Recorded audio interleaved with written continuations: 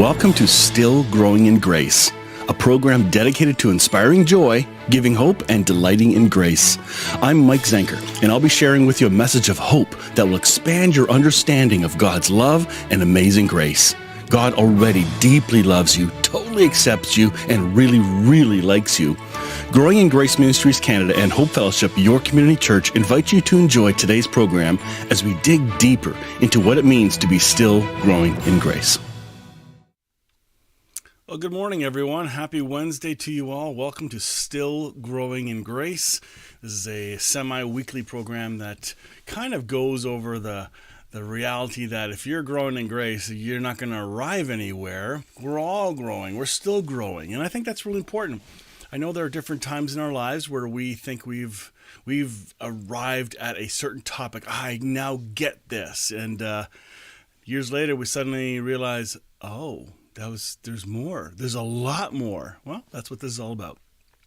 So today I have a special guest named Rannie Childress. You're going to love this conversation. Honestly, this topic of addictions. Today is called Freedom from Addictions, and he's going to share what he does down in Alabama and how he ministers to individuals and helps people that really are struggling with addictions. But I've noticed that you're going to hear this in the conversation, but shame is one of the key foundations that leads us, guilt and shame, that leads us into these patterns of addictions. If it's drugs, alcohol, sex, shopping, gambling, you name it. These addictions come usually from messages that deal with some pretty big issues. The addictions are the symptoms, and so it made me think of the church. That the system of churchianity has done the same kind of thing, where they love putting on shame and guilt to control you, to keep you in the fold, to make you do what they want you to do. And again, I'm exaggerating, but I'm also not. Not everybody has experienced that, but I've met many people, and I've been part of the system that contributed to it. Maybe not as intensely, but definitely contributed to, hey, you need to do this, you need to tithe or God's going to get you, or you need to go to church or you're not a good Christian, or whatever, read your Bible every day. What? Like, why? We're not motivated from the heart. So when we get these shaming messages, we run into patterns, and unfortunately people can be addicted to even church, going and doing things, because that's just the pattern. They don't have to think. As in, they don't have to think. You just go and do what they tell you. And again, I'm putting it over the top a bit, because there are some that are so entrenched in this, they can't see it unless it is seen as over the top. But my heart today is that you're going to be encouraged by this message and this conversation. So let's get into this interview. I think you're going to like it. Here we go. Hello, everyone. Welcome to Still Growing in Grace, and I am here with my older friend, Rannie. And so older friend meaning I've known him for some years, and we didn't really connect in conversations until recently, but we've had mutual connections all along the way, and that's how we got to know each other. So, Rannie, where do you live right now? Well, I live in a little small town in northeast Alabama, Springville, Alabama. It's not too far from Birmingham.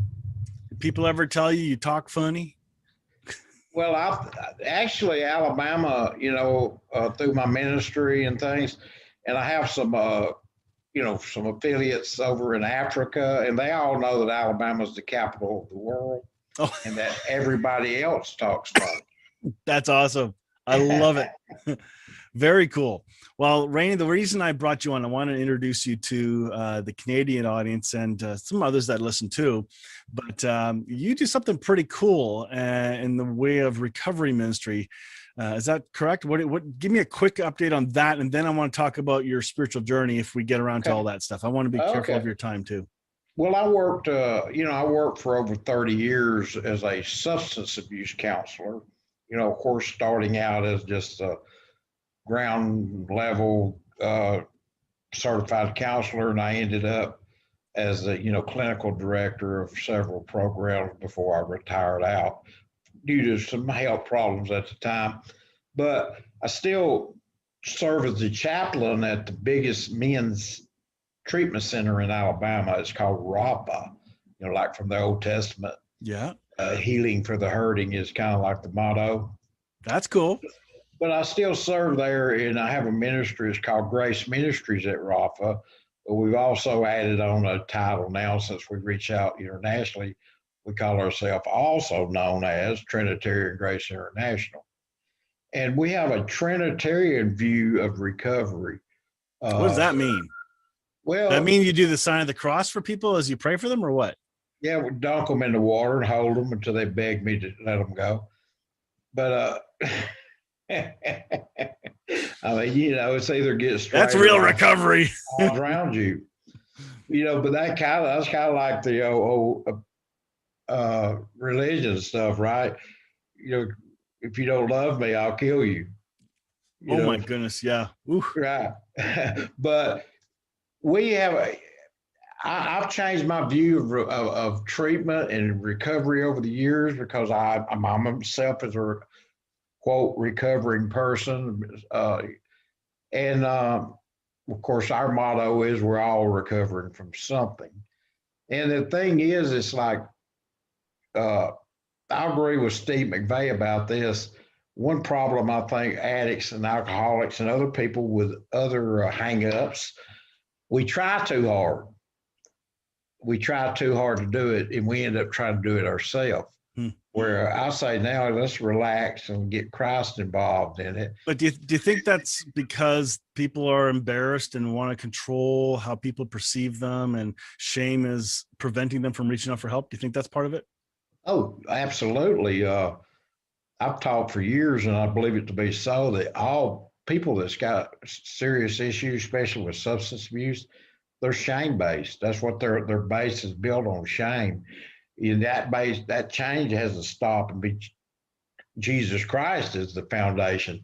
I know that I've told a lot of guys before, because I've dealt with guys that's been repeat offenders, so to speak, in and out of the system all the time.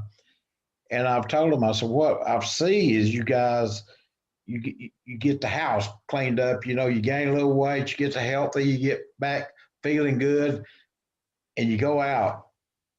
And it's just like it says in the scriptures, you didn't build a foundation, and the house gets washed away again.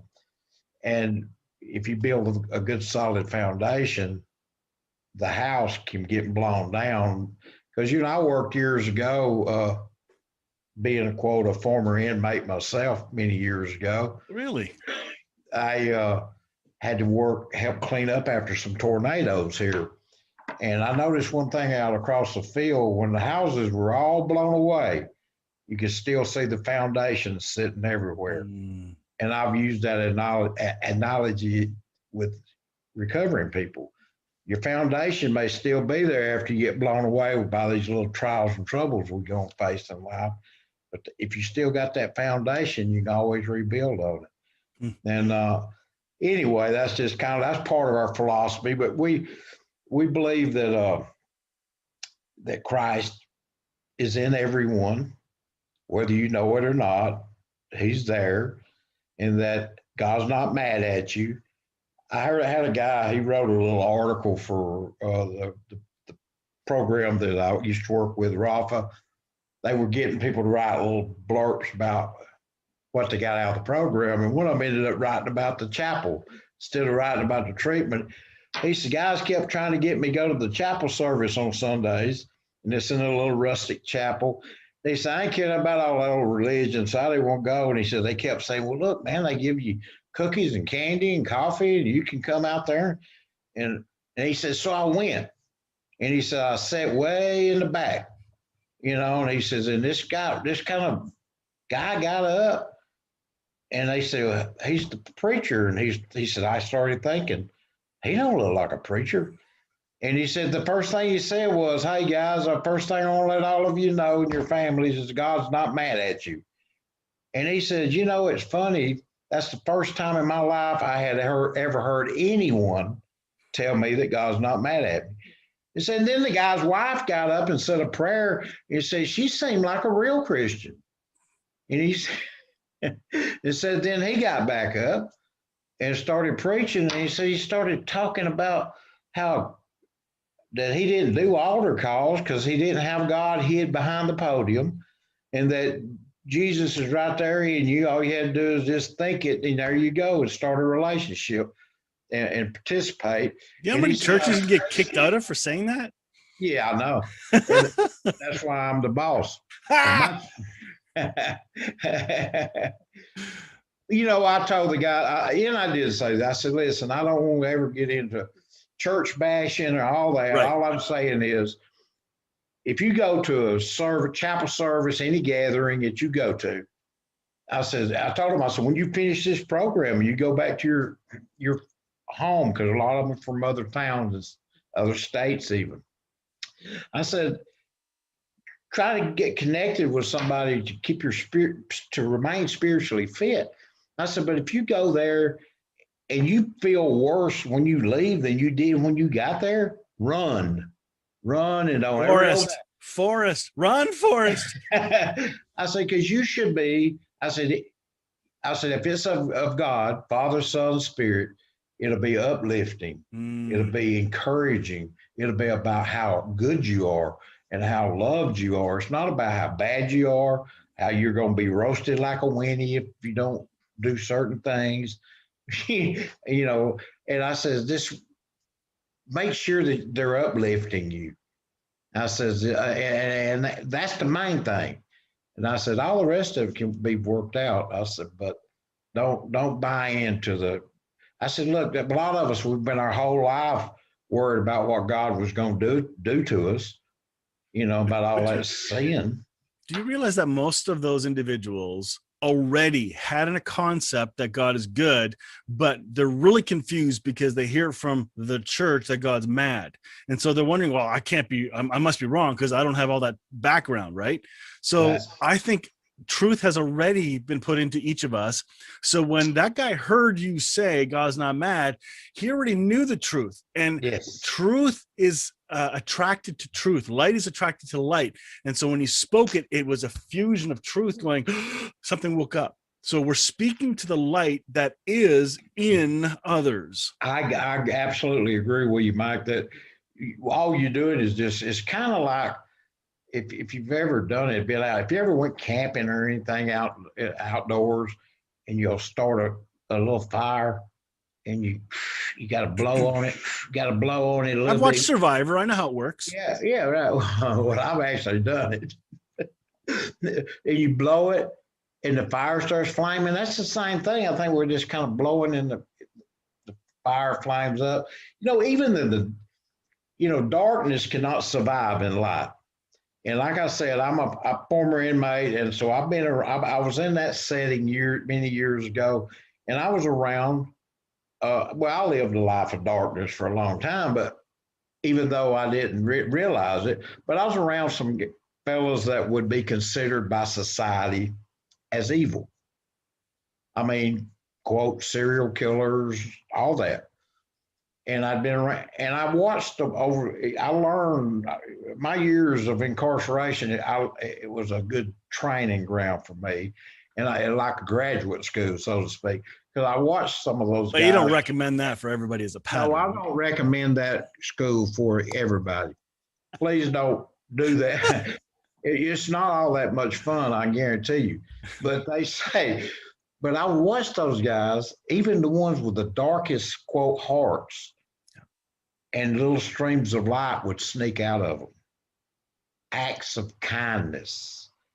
Even with the ones, and that's why I believe, that's what confirms to me that Christ is in everyone. And even the ones that are living awful lives, there's times when they just can't help that light creeping out. Does that make sense? Oh, yeah. And it creeps out even with the darkest person. Well, the more cracked you are, the more places it can come out. Then it starts streaming out. And I remember covering my head up, smoking marijuana, reading the Bible. This is in prison.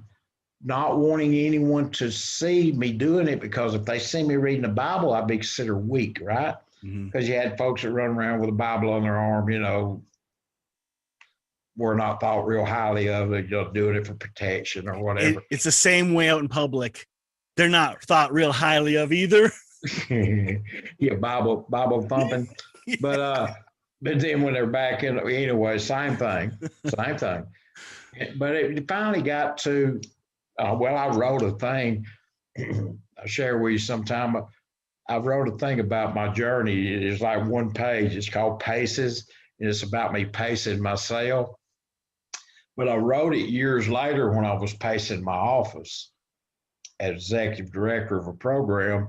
And I was like, how in the world did I end up in this, from that to here? And it's going back to what we started out talking about. First, I had to look in the mirror and see eventually saw who I really was, and who I really am, and my identity is in Jesus Christ, just like everyone. But I had to also admit I had a problem with all these other issues that I substituted: alcohol, drugs, sex, violence, fighting, putting up a facade to show, and it really, all I was doing I got this concept that we're born whole, complete. We're complete. We're just absolutely complete. And then we'll step out into the world and we'll immediately start getting taught that we're not complete. So, okay, now I got to go find out how I can get complete. So I go off and do it with booze and drugs and women and chasing money and, and want to be a tough guy and all that kind of stuff. And that don't work. It don't work. And you find out that you spent, if you're like me, I spent, it was like I'd spent half my life searching for what I already had. Well, isn't it funny that almost all of the little tracts that they give out for people, especially in prison, that once they say, here, come to know Jesus, it begins with the lie, you are sinful and separated from God. It begins with that. So you start your whole religious journey on separation. It's like, what? And I didn't catch that for a long time. Now I see it's like, don't feed that garbage to anybody anymore. Right. And here's people, especially people with drug addictions and, in prisons and jails and this, but, people are in all kind of prisons. There's people out here running around. I mean, I'm sitting here in an office, just today looking, I can see people out on the streets in this little town here. Some of them are in prison and don't even know it. Yeah. But they look at people like me because, I got the scarlet letter. Most people know I've been to prison. Most people know I've done this and that. And there's people, I know you probably find this hard to believe, but there's still people that don't like me. What? I don't know. I don't know what's happening, but they don't like me they think that I'm still the person that they thought was 40 years ago. Ouch. You know what I mean? I do. But I'm not that. I mean, I never was that person to start with. And now I'm closer. I'm not there. I haven't arrived, of course, but I am much closer to being who I really am than I ever have in my life, because I look at my mirror. I told the folks Sunday when I spoke, I said, when you get up, look in the mirror and look for Jesus in the mirror. And then you can try to look for him in everyone else. And I said, it's hard to be mean to people if you think they're Jesus, right? What if, or you're looking behind, trying to see behind yourself. Where is he? Yeah. Yeah, right. And I said, if you look and see Jesus in the mirror, you ought to be able to see him in anybody, because who are we hardest on? Say that again. That was critical. I said, when you look in the mirror and see Jesus in you, you definitely need probably able to see him in other people, because we're harder on ourselves than we are other people. So if you cannot see him in yourself, you're not going to see chance him. You're going to see it in anyone else. No way. God, that's kind of like I did I don't even call them sermons. I don't even use. I don't know about you, Mike, but I've just got to where I don't even like to use churchy terms. You know. I know. I'm trying to ditch them slowly, but they're hard. Depends on your culture. I a message or a talk or whatever on Sunday, and I talked about the one about the law, what's the real law? Love the Lord thy God with all your heart, your neighbors yourself. And I thought for years people would say, okay, I love God, I love this God guy, all that. And I might even like my neighbor, but they don't ever talk about you not really liking yourself. And you don't really like your neighbor because, hey, you don't like yourself. You tolerate him or her, but you don't really, until you start seeing yourself in Christ and Christ in you. I'm never going to see him in the neighbor. So what does a week look like where you're working now? Because I've I'm only really, heard little snippets of what you're doing. Give me a quick summary. I'm really retired, to be honest with you. Retired only means you have new tread. Yeah, I get that. Like today, my stepdaughter is an attorney, and she's out of town, so I'm sitting in her office answering phone for her, just because her and her kids, my grandkids, are on vacation or sort of. So that's where I'm at now, in an attorney's office. What's your judgment?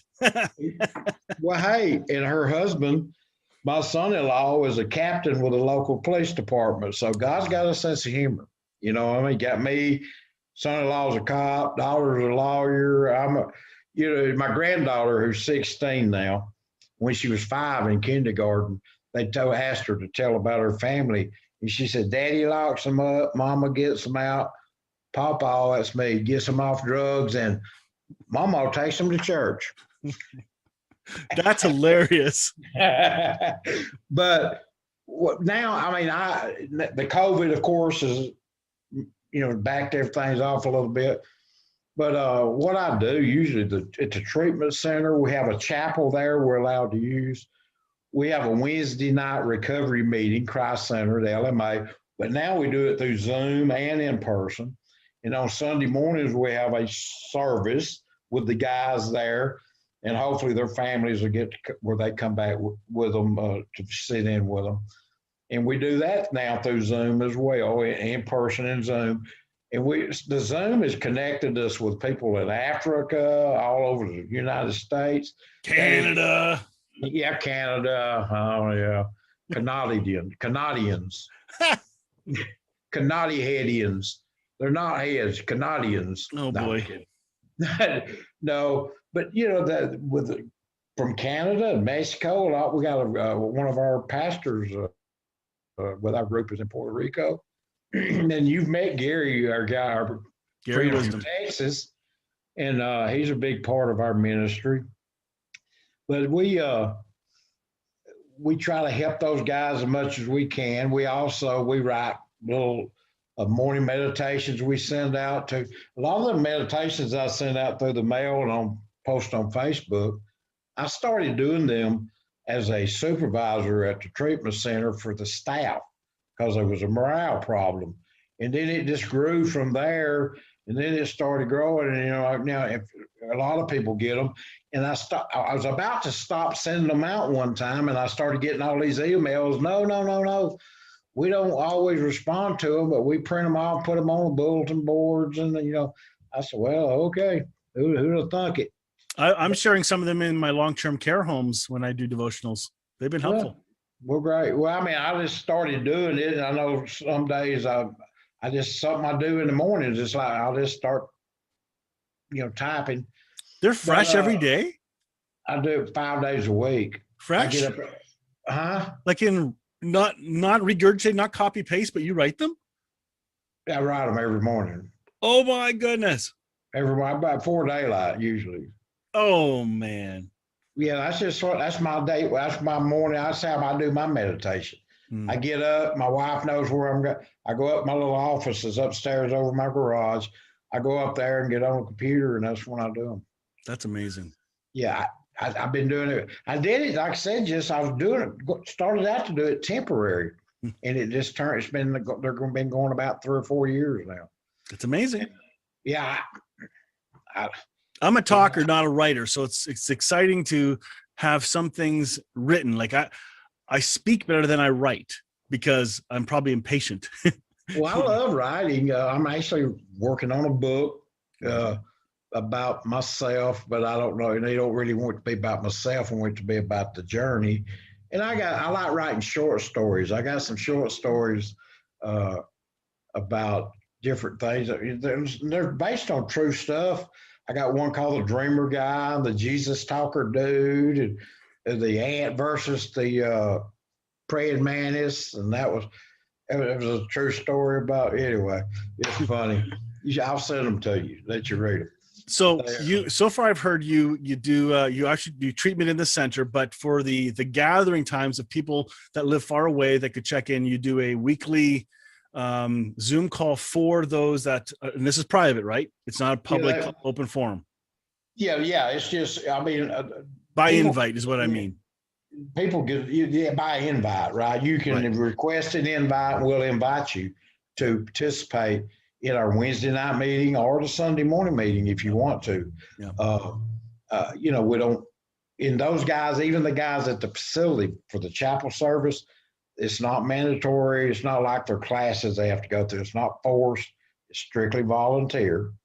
They just sit in with it. And it's usually a good turnout, So what would you say to individuals, and in the church world, people are a little more secret about their addictions or their propensities, if I want to use, that's a safer word sometimes.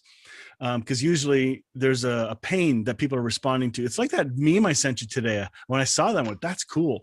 You give up everything for one thing.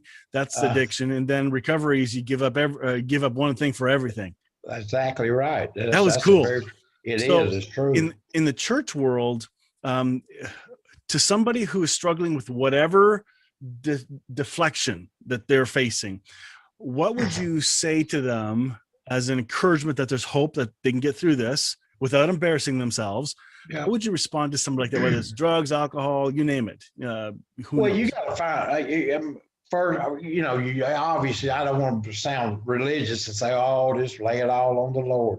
Find at least one other person in that group and talk to them about it. And then, one other person. There's something very, very spiritual about connecting with one other human being. You know what I mean? And then it usually starts from that right there. If you're close with your pastor or whatever, go to him. And if hopefully your pastor is the kind of person who says, you know what, this is not right. I'm not real good at this, but I know some people that are, right? You did that. You passed the guy off to us that you said, hey, you got issues and stuff. Well, I mean, whatever happened. Well, it was way out of my league. I'm a pastor, but unfortunately the pastor's role these days is so ridiculous for its expectations. They expect us to be pros at every single thing, psychology, you name it. We're not. So I don't want to fake it. And that's why I was able to, I learned from somebody else, give it up, pass it on. And that's worked out well so far. But see, I'm the same thing. I'm good working with guys and gals that in the criminal justice system, drugs and alcohol problems, all that kind of stuff. But, if they come to me with something that I'm not good at, I'll be the first to say, look, you know what? I know somebody that you need to talk to. And I've done it many times. I'm like, I don't really know a whole lot about that. Let me get you with somebody. But that's the thing is, I spoke one time, but I will say this about addicts and alcoholics inside the, quote, church. I was asked to speak one time at an international pastors conference with, you've heard of Grace Communion International, right? Yep, GCI. Well, I'm ordained through them, but I'm also through my own ministry. That's just where I got my start, kind of. And they asked me to speak at their big thing they had in Orlando years ago. Pastors from all over the world. They wanted me to speak about dealing with people with addictions in your congregation. I started I had a good response. I had it set up in the beginning. I had a big mirror behind me, but it was turned backwards. And I started talking, I'm stumbling and bumbling around up there, walking around. I said, first thing I got to do, folks, and there are a lot of pastors in there, men, women, pastors and their families or spouses. I said, first thing I got to do is show you what they look like and then I'll tell you how to deal with them. And they're leaning in. All of a sudden, I had these two big old boys. They came up and flipped that mirror over where they could all see themselves. I said, that's what they look like. Look. And they're looking at themselves. Now, there was that was a setup. 95% of them loved that, but there was about 5% that did not like that one bit. I'm going to guess those were the self-righteous ones. I don't know, because they avoided coming up and shaking hands with me afterwards and left. Because I've been asked to speak at like Baptist churches and things in the past. Listen, Rannie, if I get 5% to enjoy and be thrilled with anything I share, I'm happy. So if you got like 85 or 95, that's amazing. Yeah, they bought it. They bought it. And I talked to them about things like you did. Like, hey, if you don't know anything about alcoholism or drug addiction or what it's like to be in jail or this or that, I said, send them to somebody that does know about that. I said, and so they can get help. And then they may become that person in your congregation that's the go-to person for that stuff. And I said, you kind of build your own little team from within, so to speak. But this sounds like the opposite of churchianity or religion, because religion, it tries to shoot for independence. Either the church becomes independent and you got to go to them for everything, or the setup that we're all supposed to be independent beings, when I just heard you declare interdependence as the true goal, that we need each other. We work in a community, and it doesn't look like one church. It's the body of Christ in all facets of everywhere. Life. And they come out, you can find them in quote, all kind of different denominations and buildings and all that. You can find them they're everywhere. Real Christ followers are everywhere. Yeah. But some of them are trapped in a box of religion, just like Paul Young says. You're not going to find God in a box unless that's where you are. He'll go in there with you. Yeah, he follows you in there and hangs out with you till you get out. But I mean, everybody, none of us got it down pat. You know what I mean? Yeah. But I know one thing. I probably, my wife says, you don't have a filter. You'll say anything. So I told her, I said, at least I started saying scuba rather than the other word. I said, I learned that one from Steve McVeigh. but I'll do it. I got the guys at the facilities. I said, you hear that? Just remember, it's bovine scuba. Yes. I use the word male bovine excrement. Exactly. But, they male bovine bull. Anyway, true believers in Christ are everywhere, and they are. But you know what? It's just like us just chattering away here.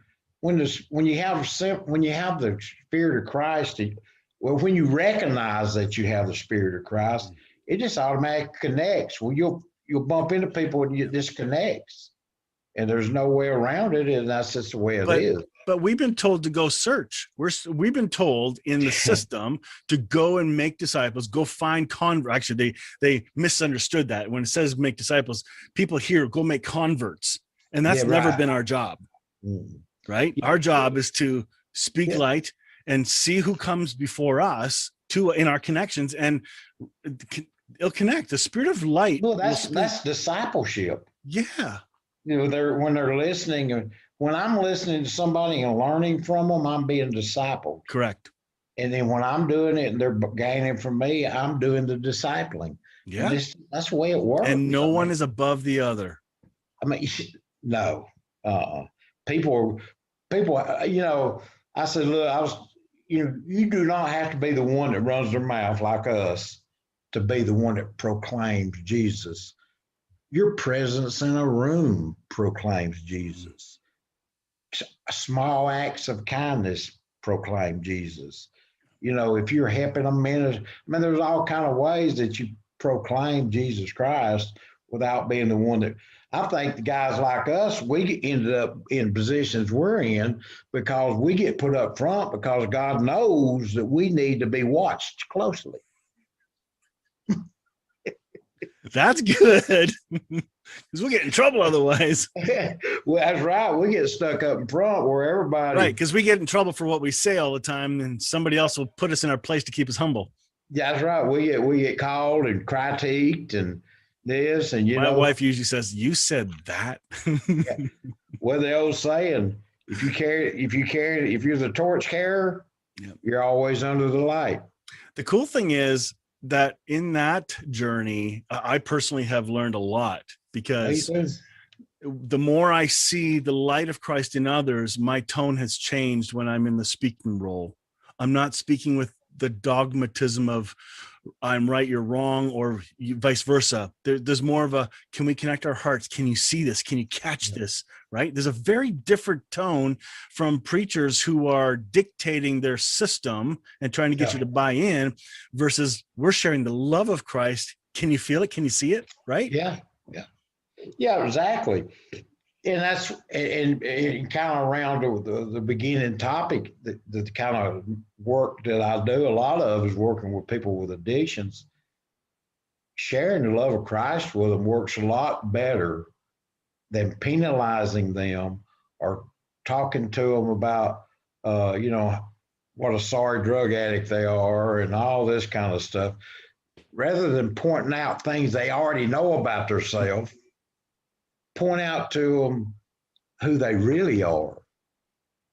They're a beloved child of God with Christ living in them, that they're in. They're not. They can't believe it. They're in. They can't believe it, because they are hearing that God sees their sin, right? That's how they're seeing it. So you can tell them that there's a big transition that has to happen in them, a revelation and awakening, for them to believe they're forgiven, loved, accepted, right? Like, well, Sunday was our first day back at the chapel since COVID, and we're going to be going back.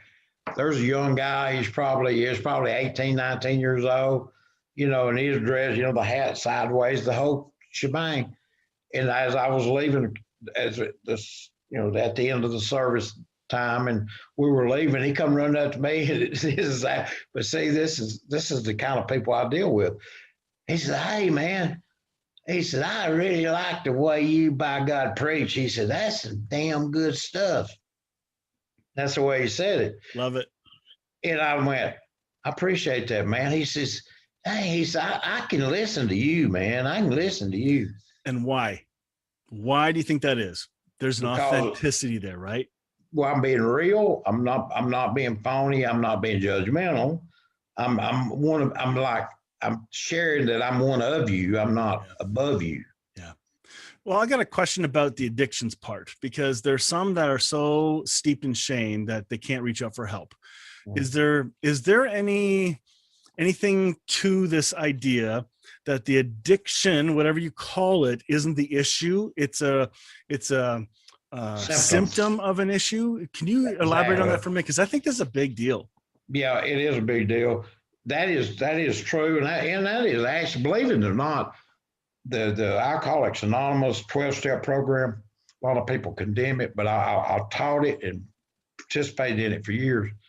There's a lot of God-inspired stuff inside those writings that just has to be picked and looked at. And that's one of the statements in there is alcohol is but a symptom.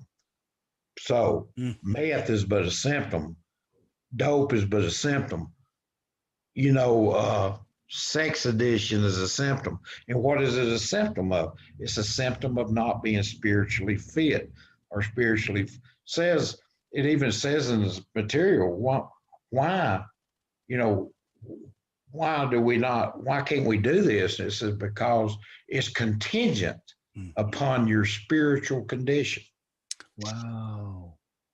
And it's not, I got a bottle of water. And by the way, if you notice, it's real water. Get real water. But if this is booze and it's sitting here on this table, I don't pick it up and drink it. That's booze. That's no problem for me. That's no problem. You know what I mean? It's just me taking it and drinking it and getting that if you ever noticed, I don't know how it is in Canada, but there's some like liquor stores and things here, out in front of us say wines and spirits. Well, that's what that's all about. They're selling you a spiritual experience. The drugs and alcohols are imitations of the real deal. Okay. And you're trying to get a spiritual experience in a bottle and a pill and a joint or whatever.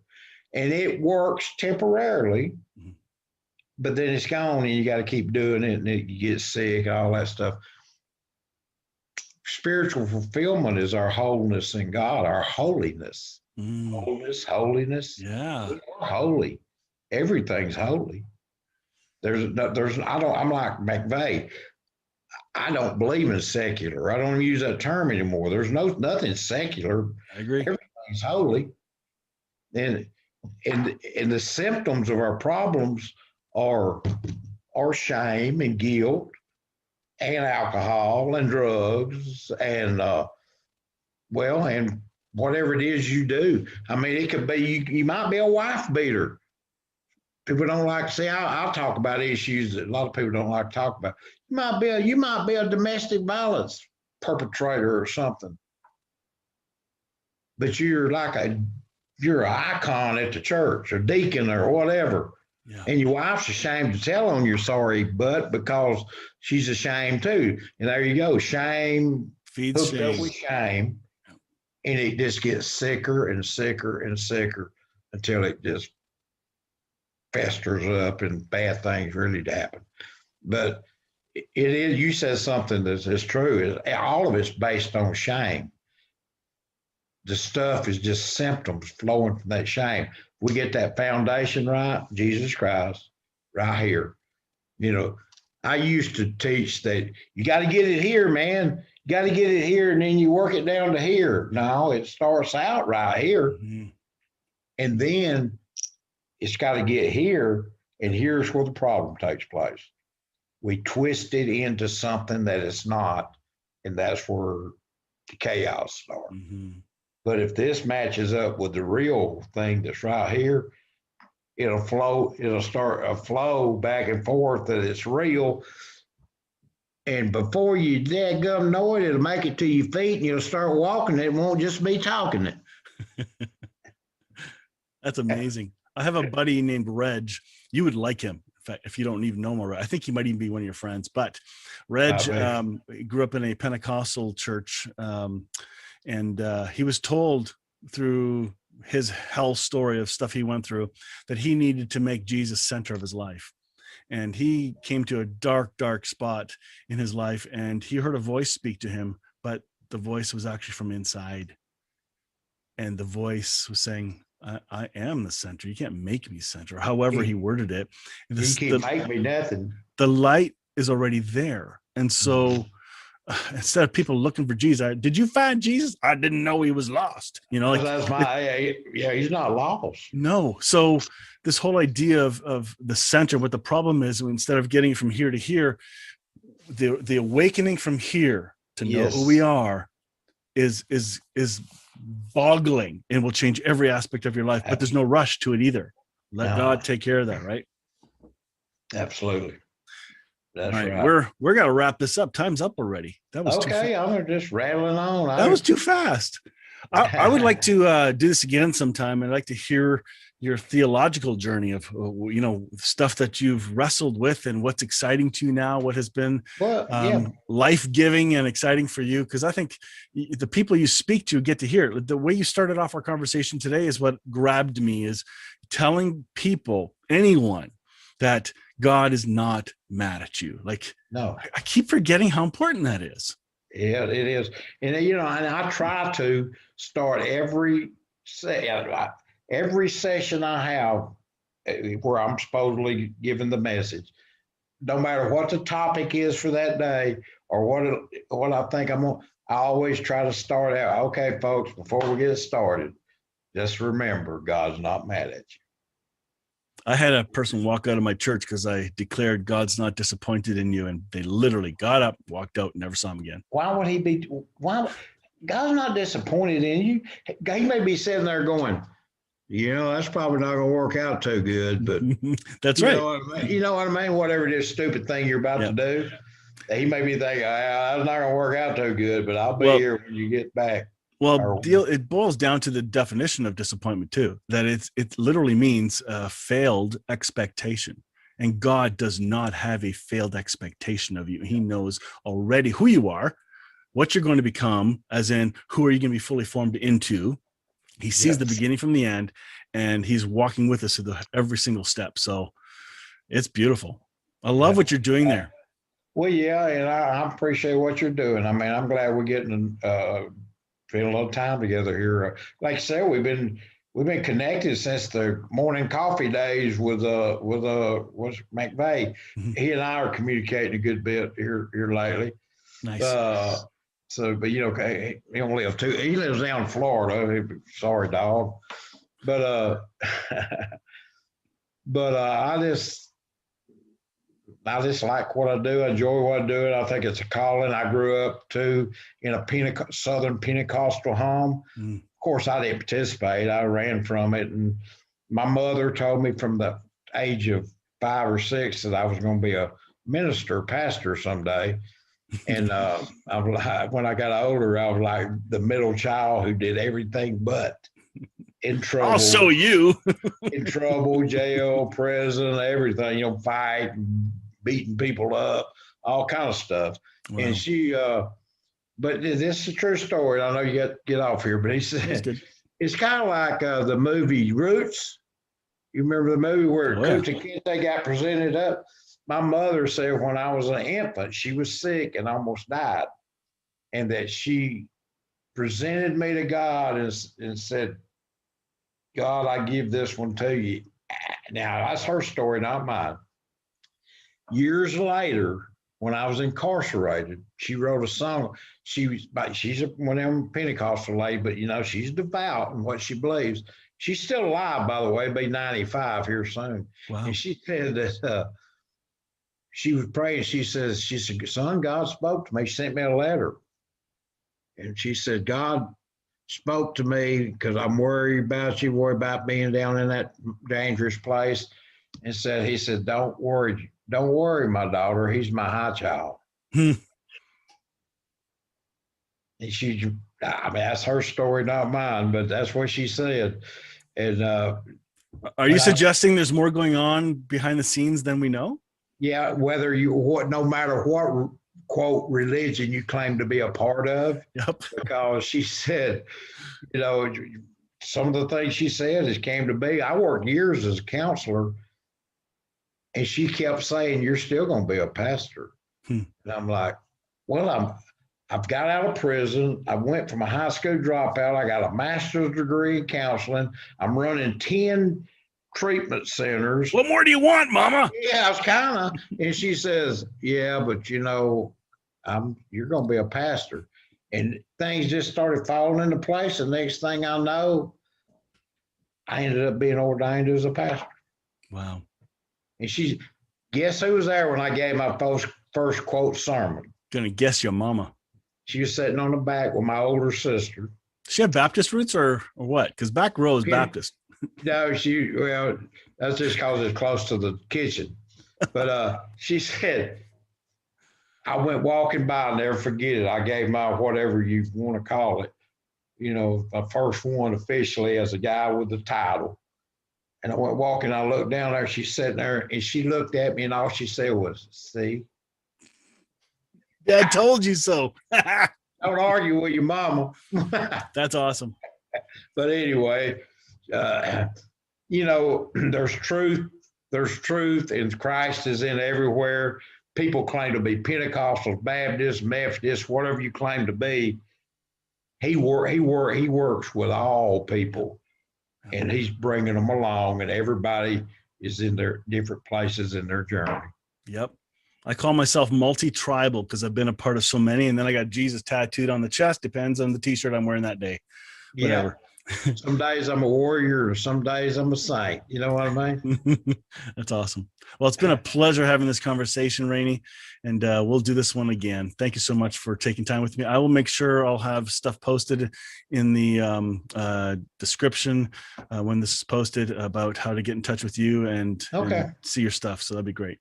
Okay. All right. Thanks so much. Canadians later. Absolutely. All right. Catch you later. All right. Bye. Alrighty, wow. I hope you enjoyed that conversation as much as I did. Re-listening to it was phenomenal.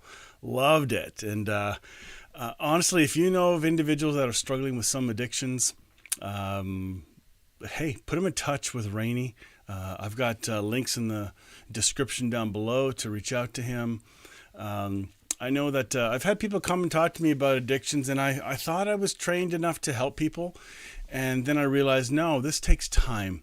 This takes some specialization. Just because you have a title as pastor or even Christian, like not everybody's qualified to handle this stuff. So get to know more people, find out who can help, and give them these links. I think Rannie is one of the best. He's got a great heart. We're going to bring him back on and talk about his testimony. I'd like to hear his testimony, how he got to where he is, because I heard the convict thing in there every once in a while, but what's that mean? How did he come out of that into doing what he's doing? I really want to hear that. So anyway, I thank you for watching today. I hope it was an encouraging thing. I love the part at the beginning where he spoke to the chapel group saying, hey, look, God ain't mad at you. Or has it? God ain't mad at you. I can't do it as good as he can. But that is a great start, you know. And for us, for those who do believe already, I think the hardest thing for believers is going to believe that Christ is already in and through everyone. I know that's a hard concept. Some people think you need to pray a prayer to get him into you. Well, that's impossible. He's already there.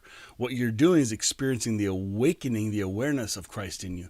For the light of Christ shines through all of creation, shines through, okay? And if the light that is in them, if that light is darkness, then how great is that darkness? So the light's there, but it may be darkness and people can't perceive it. So when we do believe in Christ as our life, that he is our very life, and recognizes in our life, it is then we begin to experience the joy of Christ. All right. It's like, so my question would be to the person who does not think Christ is in everyone.